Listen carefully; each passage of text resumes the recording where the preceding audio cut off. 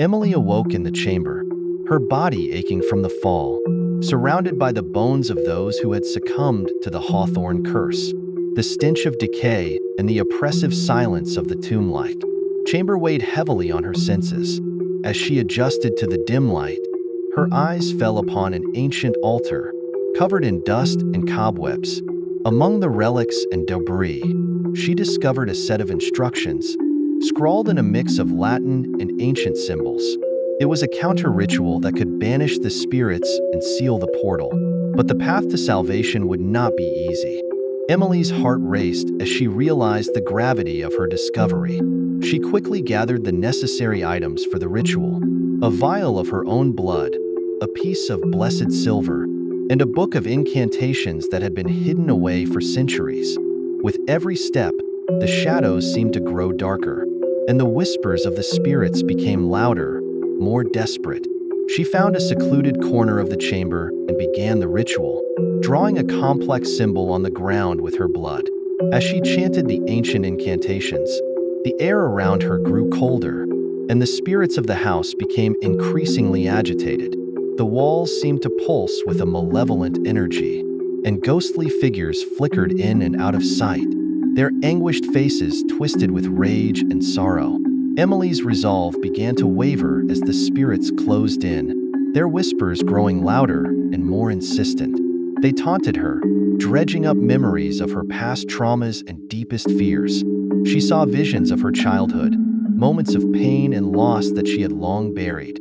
Tears streamed down her face as she fought to maintain her concentration, knowing that the success of the ritual depended on her ability to confront and overcome her fears. The ritual required a personal sacrifice, and Emily realized with a sinking heart that she had to give up something of great value to her. She thought of her family, her friends, and the life she had left behind. With a trembling hand, she placed a cherished locket, a gift from her mother, into the center of the ritual circle. The locket glowed with a soft, warm light as the power of the ritual began to build. Just as Emily completed the final incantation, the air in the chamber grew heavy and still. The temperature plummeted, and the shadows around her seemed to come alive, swirling with a ferocious intensity. Mr. Hawthorne's spirit materialized before her, more powerful and enraged than ever. His ghostly form crackled with dark energy, and his eyes burned with an unholy fire.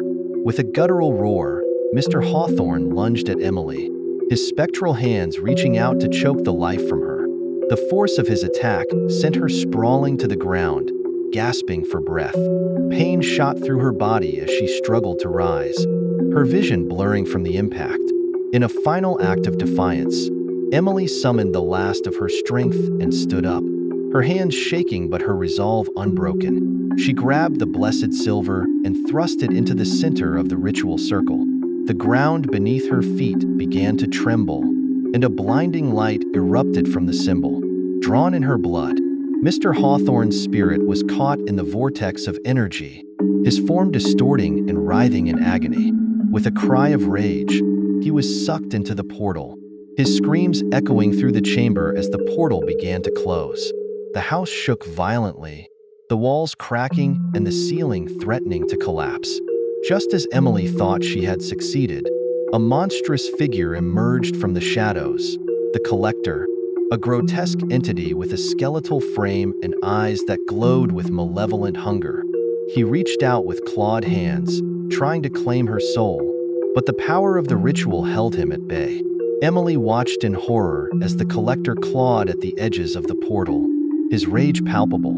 The portal's light grew brighter, and with a final, earth-shattering roar, it sealed shut, trapping the Collector and the spirits within. The chamber fell silent, the oppressive energy dissipating as the curse was lifted. Exhausted and battered, Emily collapsed to the ground, her body trembling from the ordeal. The chamber was eerily quiet, the malevolent presence gone. She lay there for what felt like an eternity, her mind reeling from the events that had transpired. As she struggled to her feet, she noticed a faint, ghostly figure standing in the corner, the young girl in the white dress.